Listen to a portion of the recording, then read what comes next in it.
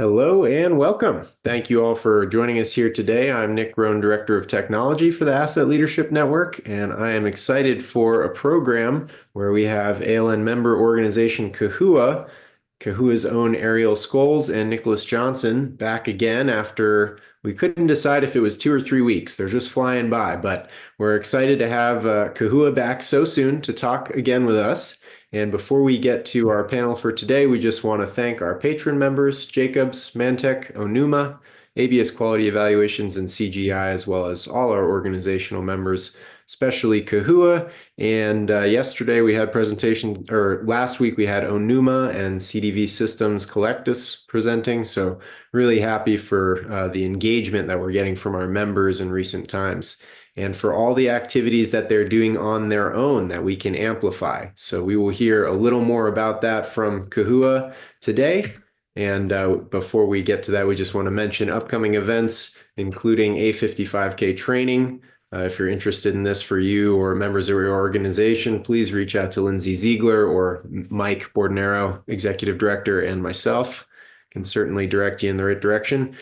And then we have upcoming events, book club meeting next Tuesday. So we have the third meeting of our ALN book club on Nexus by Noah Yuval Harari. And that's kind of information from the Stone Age to AI. So really relevant in a lot of these programs and for the building industry and soon, I think, all industries. Mike, what else do we have? Oh, we have Christina Benti coming up in May for ALN Thursday at 3, but we'll lock that date down and then notify everyone, of course. Yes, Christina Benti was the mayor of Golden, British Columbia, and is now doing consulting for municipalities. And she is the embodiment of asset leadership. She got a master's in leadership while she was mayor of Golden.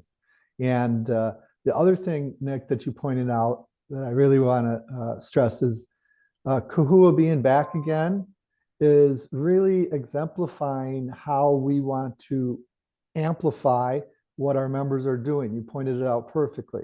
Kahua had this great event, and we're so happy that they're joining us to talk about what happened and what our members and our audience can learn from that activity.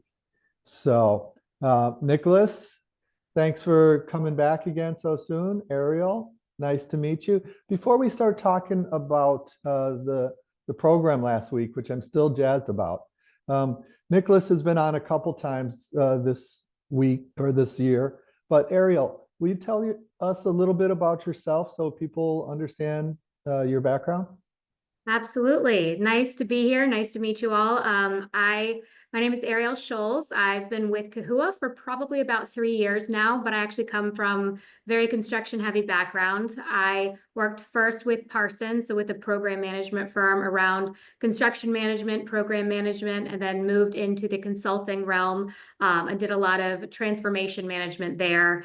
Got a little bit back to my roots with some of my clients as a consultant, got back into construction, but really seeing how construction was transitioning into operations and helping some of my smaller clients who we were help building manage that operational transformation a little bit better. So that got me really interested in more of the asset side and asset handover and transition, and then found my way to Kahua with the software background as well. So again, thanks, Mike. Happy to be here.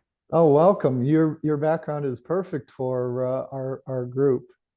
So we're going to start this off by Nicholas giving us a little bit of background about the Kahua Federal Construction Forum and this year's program in particular. Nicholas, what was the impetus for having establishing it? It's about 3 or 4 years you've been doing this now? Yeah, fourth year we're doing this now. And the emphasis was simply that, our federal agencies, internally, they have silos of information, but also they are silos of information apart from one another.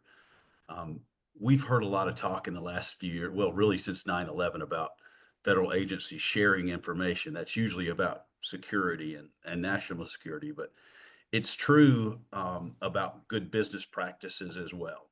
So we found that when we got these folks together, they really enjoyed the interchange of ideas, and that they don't have these opportunities organically. They do not meet. Their facilities folks, their construction folks, and their operations people don't meet on a regular basis for any reason.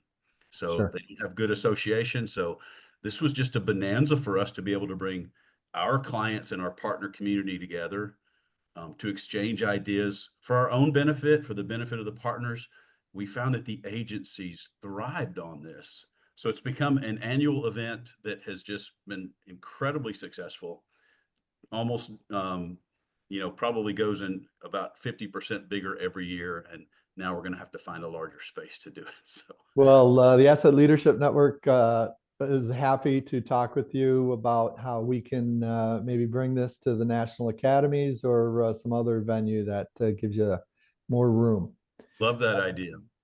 But I love the event. So I'm going to call up my slides here, and I am going to let Nicholas give us an overview of the entire event before we get into some of the asset-centric elements that Arielle was mentioning.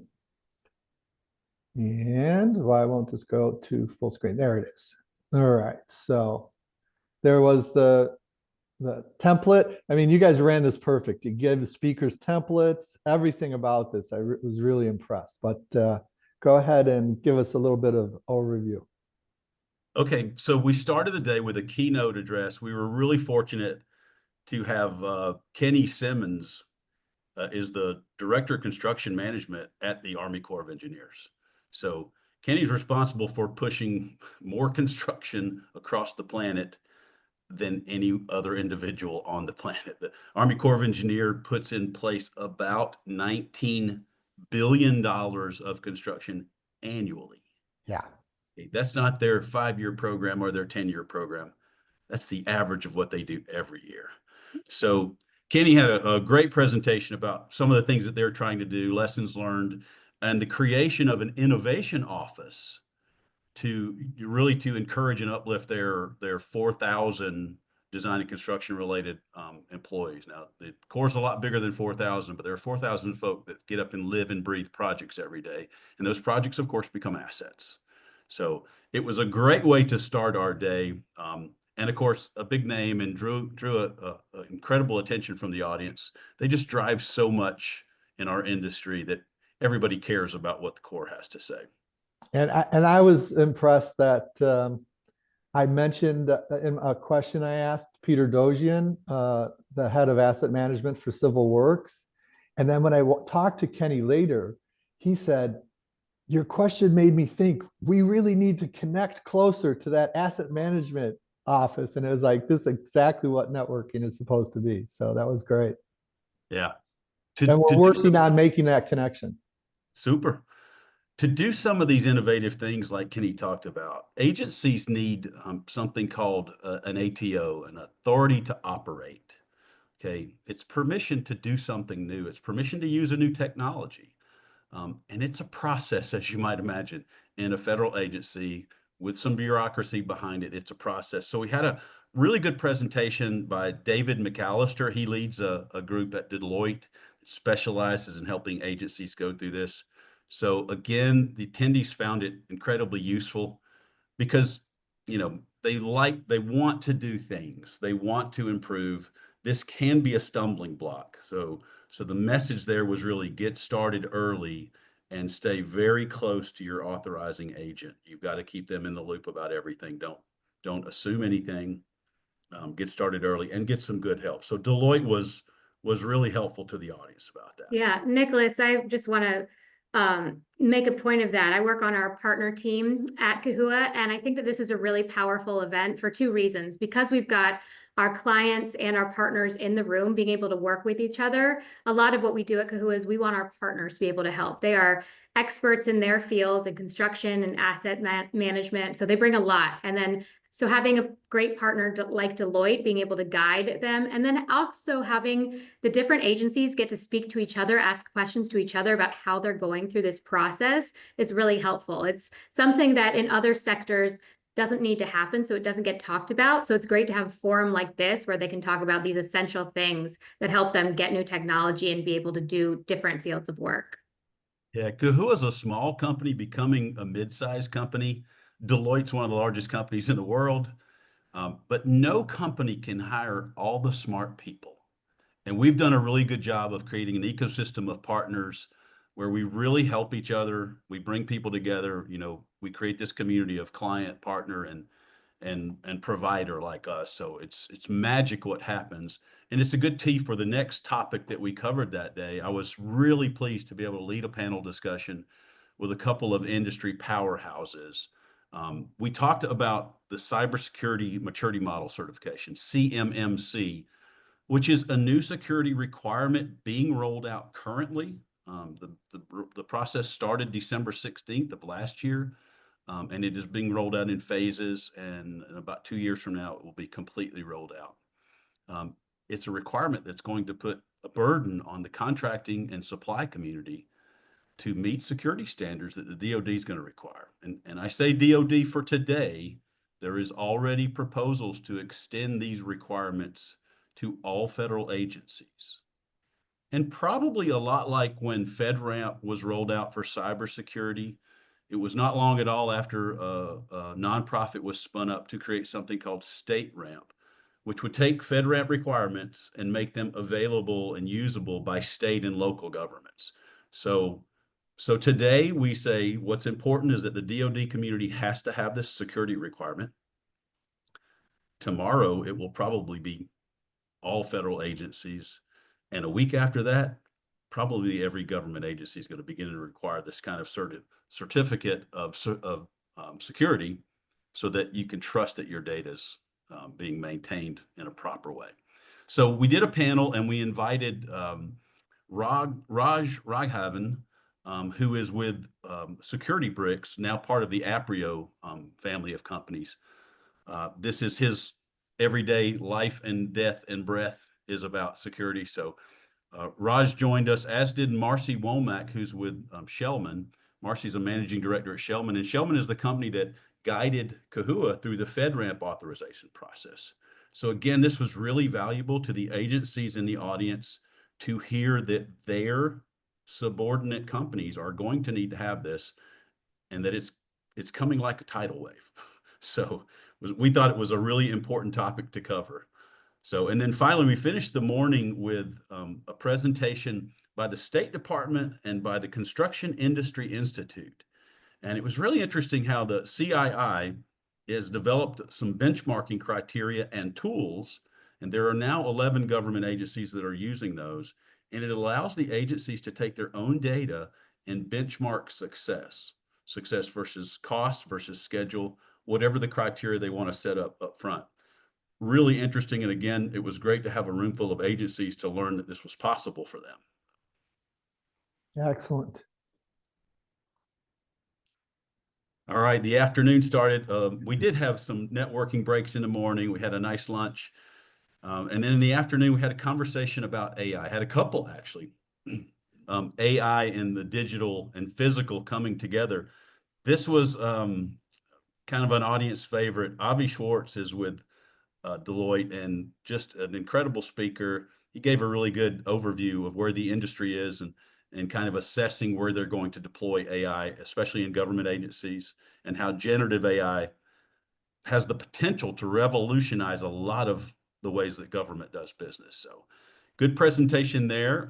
That led us to the next presentation about generative AI in the federal space. And that was actually hosted by our own Taylor Last. Taylor is a data analyst and data scientist at Kahua.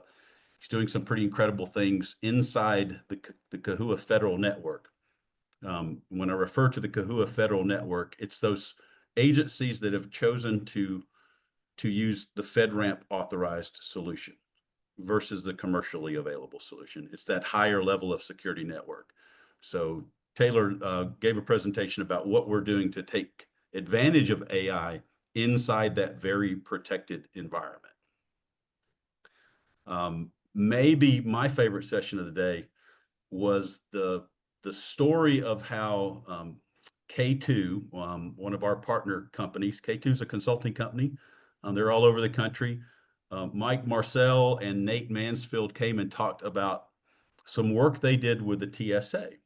The TSA went in a 6-week time frame from an idea of a solution to track assets as they go through the installation process and afterwards. And assets to the TSA, it's all that equipment that we walk through at the airport. There's more than that, but that was the critical thing that they were having trouble really taking care of.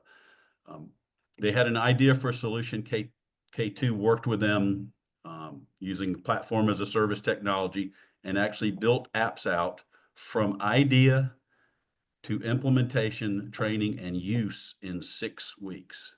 An incredible success story, if you will. So Yeah. I thought it was probably the best conversation of the day for me because, I'm a hands-on guy and this was a hands-on story. Arielle, you had something?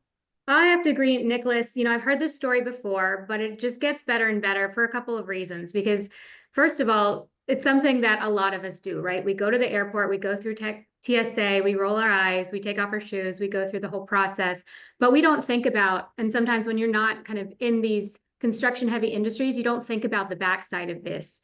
These folks at TSA are having to work around the clock all of the time, 24/7, to keep these systems and services online to make sure everything checks out. Every single tiny piece of equipment is working well, because at the end of the day, it's a matter of safety and security for the people who are within the airport, who are on planes. So it's really important. And it's something that we don't think about as people who are flying, right? I think it's also really exciting because you take some pretty smart consultants and a pretty flexible tool and say, I think I can figure out how to solve this client's issue. I think I can make the lives a little bit easier for all of these people who are having to service these things, in the middle of the night while TSA isn't running. So it's pretty interesting to see how they came up with a really interesting solution really quickly. And that really leads into, okay, what are these things at the end of the day? They are assets. How are we going to manage them? And then sometimes, assets have different,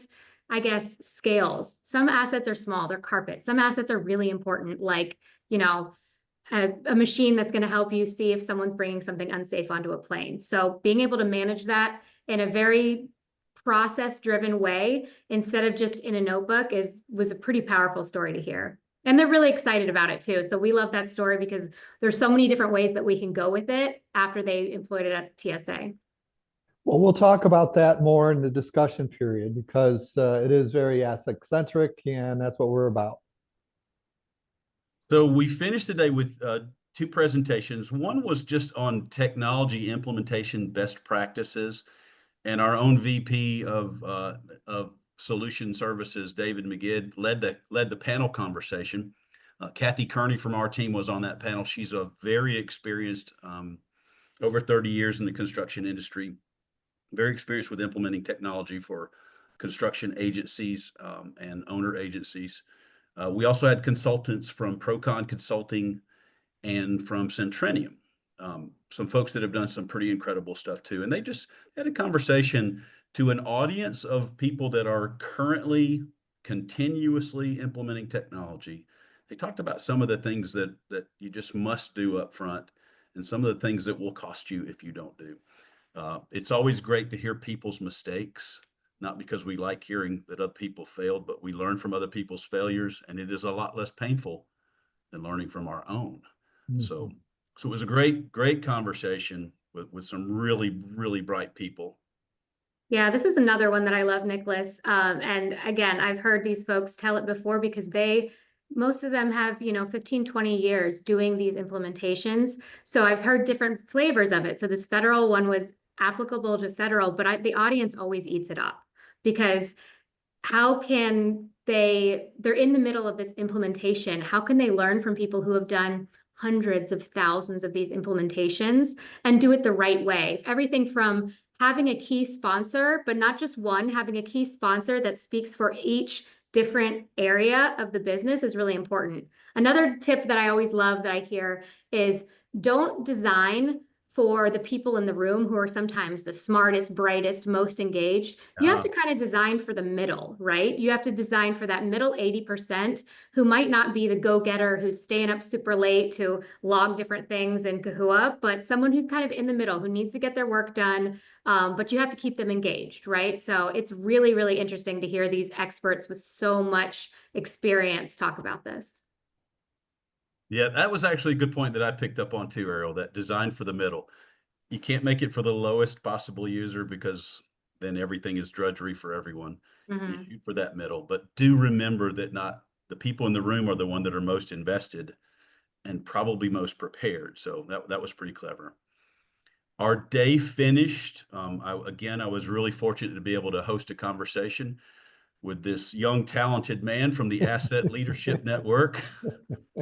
Mike, I'll let you tell everybody what we talked about in the last session of the It day. was my honor to be at the last session, and I was impressed by how many people were still there. I understand the Washington, D.C. instinct to get out before traffic starts, but there Mike, were. Mike, pause there. I want to say I was so excited about that.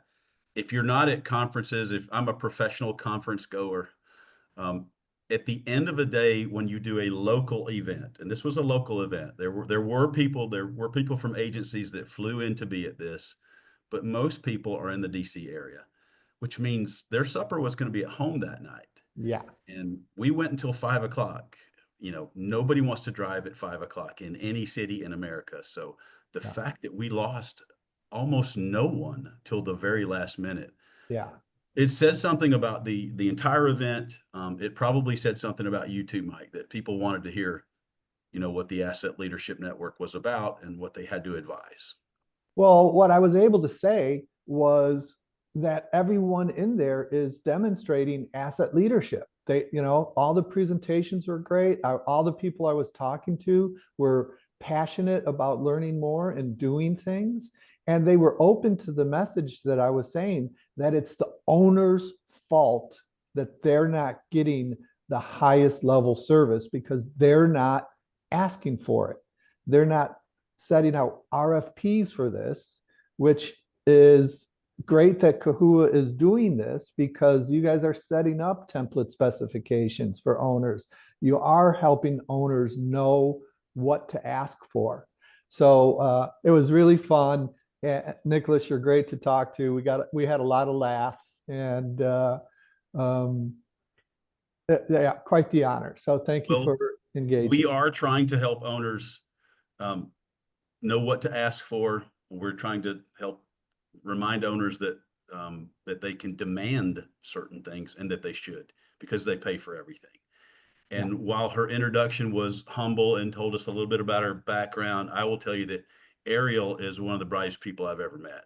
And she has led this effort to change the way our industry delivers information at the end of a project. So I hope that tees up the conversation that you two are about to have about where we go next with this. Yeah. So Arielle, you mentioned about the TSA project being so great. Is there anything else you want to add about that and how it exemplifies what you're trying to teach the industry? Well, I'll touch on a bit of what Nicholas was saying. He was saying, we've changed how things get handed over at the end of the project, but it's really, can we change so things aren't handed over at the end of the project, right?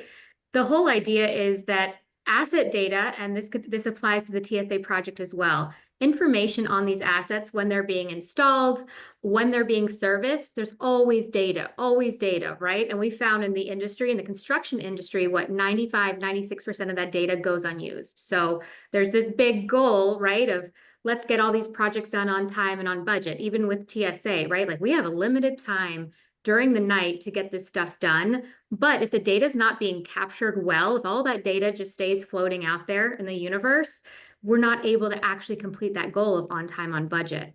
So that's I'll jump in and just go ahead. Back up what you said, that we throw numbers sometimes. I think it's often helpful. It was the Fails Management Institute, FMI, very respectable think tank and consulting agency, did a study, said 96% of data collected during asset data collected during design and construction goes unused. Wow. And I contend it's because the other thing they found was that 90% of data we deliver is unstructured. It is that collection of PDFs that we talk about on Right. okay. Thanks, you met your contractual obligation. I'm going to throw this thing in a bucket, and now I'm going to go pay somebody to create data for me. So sorry, I just wanted to jump in and back up. Those are real numbers by a real respected institute that does these studies. Yeah, no, I appreciate that, Nicholas. And so you can start to see the disconnect, right? For projects, there's one goal: get it done on time, get it done on budget. Is it happening? It's not happening, right? And so what is that factor, that missing variable? It's the data. It's the data that's being unused. And a couple of reasons that, asset data contributes to that not on time, not on budget. A huge one is that end of the project scramble to take all the data that was out there, actually collect it now and harness it in a way that it's dynamic, it's usable, it's tied to a particular asset. I was just talking yesterday to someone who said, we get the data. He said, we do a great job specifying what we need, and we get it at the end of the project, but it's stuff about the manufacturer. It's stuff about, it's kind of general. I can't find what I need, but what I can't find is something on that asset. So if you think about TSA, right? Maybe you have one TSA machine, it's had some issues, you need to adapt it in a different way. It goes through these changes over time. And if none of that is logged, then someone, today doing work on that asset, they can't benefit from all that information on what happened to that asset over time. So it's probably going to be that every time someone goes out and services that, they're starting from scratch. They're digging through stuff. They try one fix, it doesn't work. They try another fix, it doesn't work. They try the fourth, it works. And then the next time in 2 weeks, someone's going through that same process, trying all that fixes, where you could be capturing all of that from the beginning, having a log, and then maybe even having something as great as a QR code that you could scan on the asset and see, oh, here's the whole history. Here's everything about this asset that I needed to know. So it's really interesting stuff to me. So let's talk about what is different at Kahua. You've been in this area of business for a while, and you're obviously excited about how Kahua is different. And it was great for me to be there in person because I saw the platform working, that Kahua sets the table and all these other people can come to the table and dine. And that was literally happening because the food was great at the Willard. Really appreciate the catering and everything. So how can you tell us a little bit about how Kahua is helping people address this issue that you just stated? Yes, I want to go back to something that Nicholas was saying about it is certainly not just our technology. The technology is a huge enabler, but it is a mindset shift. And that's what we try to help our owners with the most is it's thinking assets first instead of projects first. And that's really helpful for an owner because projects only going to last a year or two. Your assets need to last you 30 to 50 years. So just getting that shift to help them think that way. And then to Nicholas's point earlier, to kind of, since, the owner's the ones paying the checks, they are able to say, we need all of our contractors to think this way. The data is out there. Let's just gather at the right time and let's gather it in the right way so that it can be useful and usable going forward. So it's just that it's really a mindset shift that's so important. And it starts to, once you start to build the muscle around it, it's going to get a lot easier for owners. But they're already seeing there's so many places that I can go with this. Now that I can harness the data and all of these analytics I can do around this data because I see the data, I own it, I understand it, and I know how to find it. It's really helping them have better projects, and it's helping them achieve that initial goal they had of on time and on budget, but then so much more because they can, craft better projects for the next project. They can go with better vendors. They can go with assets that have a lower total life cycle cost. There's a lot of new things that they can do around their assets that are making their projects themselves better. I spoke with one of the participants at the event from the Federal Reserve, and they actually held up a coffee stir for me, just like this. He said, I don't know if this focuses well, but yeah, this is my coffee stir. And they said, this is my asset. You see the little blue part there? Yes. That's the project. The rest of this is the life of my asset. That wow. project's important, but it's just a little, just a little portion of the life of what I've got to maintain and operate. I thought that was a great little analogy. And to Arielle's point, this is not so much about technology. We did create some technology to enable a better methodology, but this is really about a methodology. This is really about an approach for what is important as I am designing and constructing and procuring and commissioning this asset. What's important is that data that I need. Yes, it's important that I put those things in place physically, but if I don't have the data to operate them, it's much less important. So we collect it already. Let's just do it in a way that makes it useful immediately. One Well, more thing I'll add is I am excited for this to become more and more real. I know that you've had Cherie Chenoweth on this stream before, talking from San Juan Unified School District. It's folks like that. You've had VM3, who's one of our partners, who's helped them implement. We're going to start to have more and more stories on how this is really coming to life for people, and that's what's really powerful. So I love that Nicholas and I can be here and talk about it, but it's really powerful for me to see with our owners how they're already thinking, oh, I need to name all of my assets the same so that I can put all of my asset data in all of my different systems and it flows seamlessly. And then I can step back and everyone who needs the data has it when they need it. So seeing owners start to think with this, if I think about this a little bit upfront from the right way, mindset, everything's going to flow seamlessly. And then we can step back and get the data that we need. excellent. So a couple things. We're going to go just a little bit over. We aim for 30 minutes and things get going so well that we're going to talk extra, but not too long because Nicholas has to leave to catch a plane. He's going from one conference to another. This guy does 50 conferences a year. That's insane. So we want to be respectful of his time. And I want to point out that in terms of getting this message out, you have attracted people from the news media to be watching this. So if you want to put your email addresses in the chat, people will be able to reach out to you. And National Institute of Building Sciences is our close colleague there is watching, and they have forums to share this exact same message. And what I want to do in just a few minutes here is have you explain about the Kahua platform.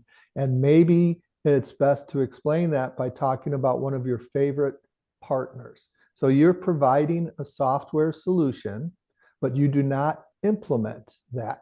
You have set up a business model where it is other companies that are implementing and other companies are building on to yours. Can you explain an example of how that has worked successfully? Yeah, and if you'll let me, I'll use an analogy first.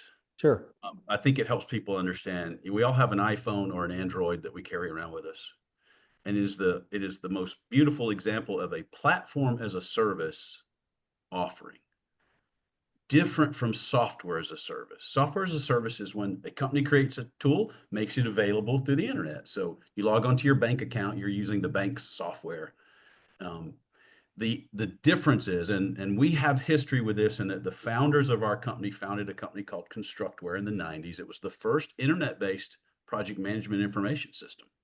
Revolutionary. The first time that people would get online to mark up drawings together and that they had a business process to route approvals and so forth was really revolutionary in 1997. Very soon, everybody was doing it. Okay, changed the way we do business. But that was a software as a service company. Constructware was a 9-year-old product when Autodesk, the largest design software company in the world, acquired Constructware. We were very hopeful then that all the things we wanted to do would get done. When we sold Constructware to Autodesk, our wish list of customer improvements was 2,200 items.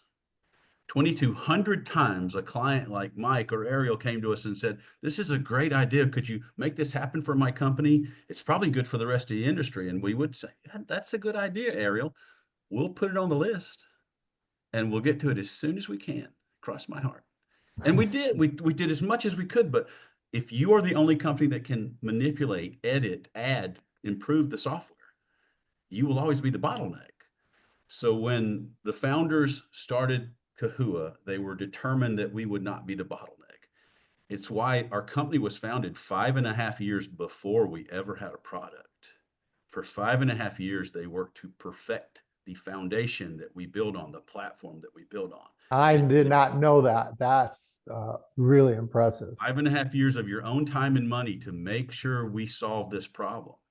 So, and it's when we determine that platform as a service, or low code application platforms that sometimes are referred to, that would be the way to go. Interestingly, in the beginning of 2023, Gartner published a report that said by the end of 24, 70% of all software development will be low code platform development. So that's already happened. So almost everything being created now is our tech stack or similar to it. Yeah. All So right, with that said, a platform allows you to have other people participate.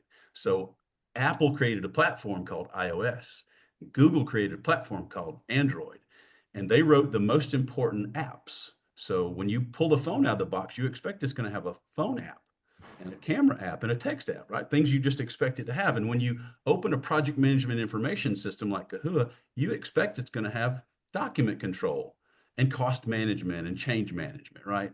The basics. So we focus on the platform itself and on those core applications. And then when there is some other need that we don't have the expertise for, we pull other people in our ecosystem that can do that. So we have partners that have created a suite of applications just for transportation projects. We've got a different partner that created a suite of applications for K-12, and a different one that did it for public-private partnerships, and a different one for healthcare. And we've got a suite of apps for subcontractors. So while we can't go out and hire all the smart people, we can partner with them and allow them to create apps. So Android, Google did not create my Delta Airlines app or my Marriott Hotel or Hilton Hotel app. They didn't create Facebook. They didn't create LinkedIn, all these 200 apps on my phone. They didn't create. They created about 10 of them, but they created a platform that others can contribute to.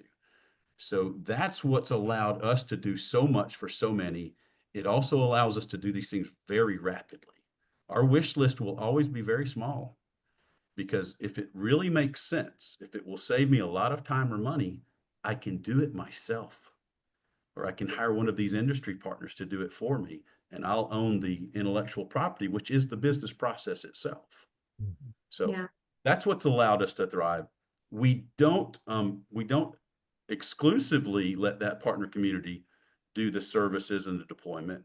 We participate in that, but sometimes they drive the business. And again, if they're the ones that created the suite of healthcare apps, they probably know hospital construction better than we do. So we let them be the leader. Deloitte has brought us into institutions and agencies where they have such institutional knowledge. Why would we want to drive that bus when we've got somebody already embedded there that knows that business so well? So Arielle, add to that.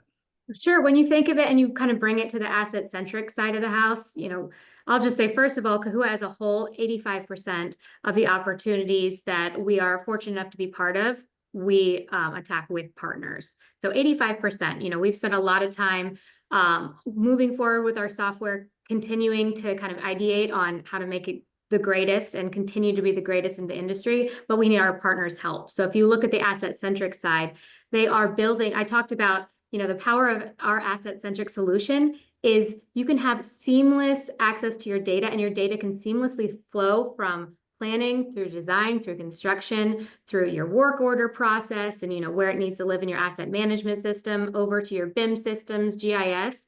Those integrations are being built by our partners. So that's super powerful. That's a big area. The other area is, Nicholas talked about the expertise that our partners bring. You would love to be experts in everything, but we can't be. But it's a good example of, we have one partner who's very, very strong in the energy space. So we go together to find the right opportunities, the right clients who can really use asset-centric well and be able to use it exactly how they need to for their utilities, for oil and gas. So our partner network is very important to us. That's why we have an entire team dedicated to just our partners and making sure that they are successful and we're successful with them. As Arielle said, over 85% of our business is driven by partners or with partners. Here's my favorite number about Kahua. Over 50% of our business involves multiple partners. So that community that we've created actually thrives with each other. So our partners will say, you know what? this other partner is really better at that. So we're going to bring them in for that part. It's wonderful. Well, that I think explains. it's a testimony to what we've been able to create is a collaborative environment for people to enable innovation for themselves.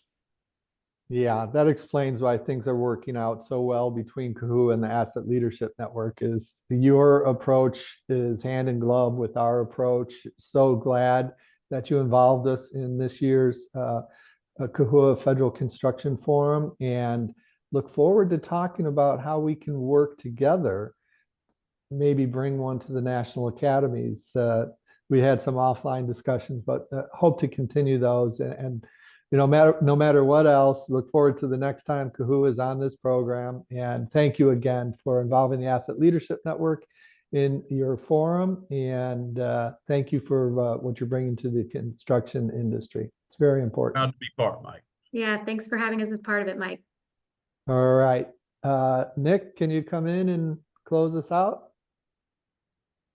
Hey again. Thanks so much, Nicholas and Arielle. That was an awesome little catch up from your event that I wasn't able to attend, but Mike's got me so jazzed I might just have to make the next one a priority. So thanks again to Kahua and our patron members, Jacobs, Mantech, Onuma, ABS Quality Evaluations, and CGI, as well as all our organizational members for helping make programming like this possible. And we would like to expand this list, so please reach out if you have interest in working with us, or if you're just not sure how our network could be of service, but think we can probably connect you with someone that might be able to help with your unique situation, share some best practices, save you some trouble with pitfalls, etc. And with that, we'll say hope to see you all soon. We have some upcoming training opportunities. As you can see here, you can reach out for more information on those. And then we have an upcoming event next Tuesday, a book club on Nexus. That's our third installation of that book club. And then on Wednesday, Mike, do you want to talk about a pilot project? Yes, Nick, because the way you were talking about how we can help engage people is we're starting the ALN Pilot Project Network, where companies who are able to work together can offer a pilot to an owner to let them understand how to specify their products and services. And we're just getting started. We launched a pilot project for an engineering firm in Portland, Oregon yesterday, and that is very promising. And we're looking for ways to be able to showcase capabilities directly to owners. So reach out to us for that. And thank you to all the attendees for sticking around. And thanks again, Nicholas and Arielle. This has been a lovely conversation. Thanks all. Bye.